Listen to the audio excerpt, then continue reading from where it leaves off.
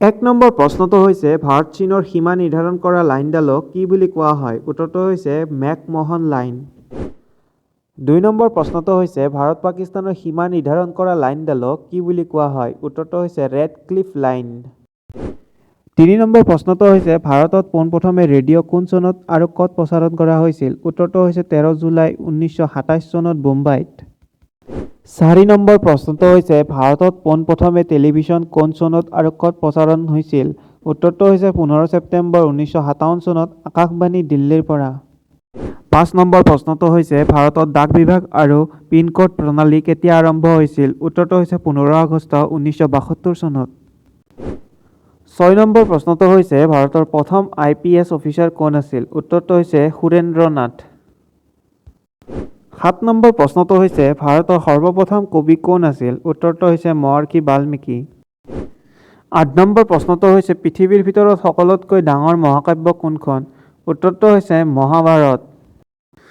৯ number প্ৰশ্নটো হৈছে ভাৰতৰ সৰ্বপ্ৰথম বাতৰি কাকতখনৰ নাম কি? উত্তৰটো হৈছে ইণ্ডিয়া গেজেট। ১০ নম্বৰ প্ৰশ্নটো হৈছে ভাৰতৰ সৰ্বপ্ৰথম পৰমবীৰ চক্ৰ কোনে পাইছিল? উত্তৰটো হৈছে ১৯৪৭ চনত মেজৰ সোমনাথ শৰ্মাই। ১১ নম্বৰ প্ৰশ্নটো হৈছে মহাভাৰতৰ পুৰণি নাম কি? উত্তৰটো হৈছে জয় সংহিতা। ১২ নম্বৰ প্ৰশ্নটো হৈছে ৰাষ্ট্ৰপতি হ'বলৈ নিম্নতম বয়স কিমান হ'ব লাগে? উত্তৰটো হৈছে ৩৫ বছৰ।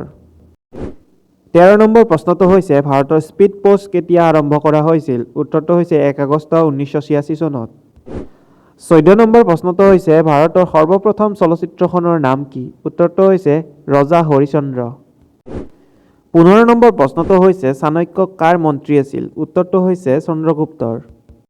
১৬ নম্বৰ প্ৰশ্নটো হৈছে ভাৰতৰ প্ৰথম তেল শোধনাগাৰ কোনটো? উত্তৰটো হৈছে ডিগবৈ। ১৭ নম্বৰ প্ৰশ্নটো হৈছে ভাৰত ত্যাগ আন্দোলন ক'ৰ পৰা আৰম্ভ হৈছিল? উত্তৰটো হৈছে মুম্বাইৰ পৰা। ১৮ নম্বৰ প্ৰশ্নটো হৈছে ভাৰতৰ ফুটবল খেল কেতিয়া আৰু ক'ত আৰম্ভ হৈছিল? উত্তৰটো হৈছে ডেলহাউসী ক্লাবৰ দ্বাৰা ১৮৭২ চনত কলিকতাত। ১৯ নম্বৰ প্ৰশ্নটো হৈছে কোনে ১৩ বছৰ বয়সতে তোৰণ কিল্লা জয় কৰিছিল? উত্তৰটো হৈছে ছত্ৰপতি শিৱাজী মহাৰাজে। আৰু ২০ নম্বৰ প্ৰশ্নটো হৈছে কোনে মাত্ৰ ৬ বছৰ বয়সতে গোটেই ভাৰতবৰ্ষৰ পণ্ডিতসকলক শাস্ত্ৰত পৰাজিত কৰিছিলে? উত্তৰটো হৈছে জগতগুৰু শংকৰাচাৰ্যই।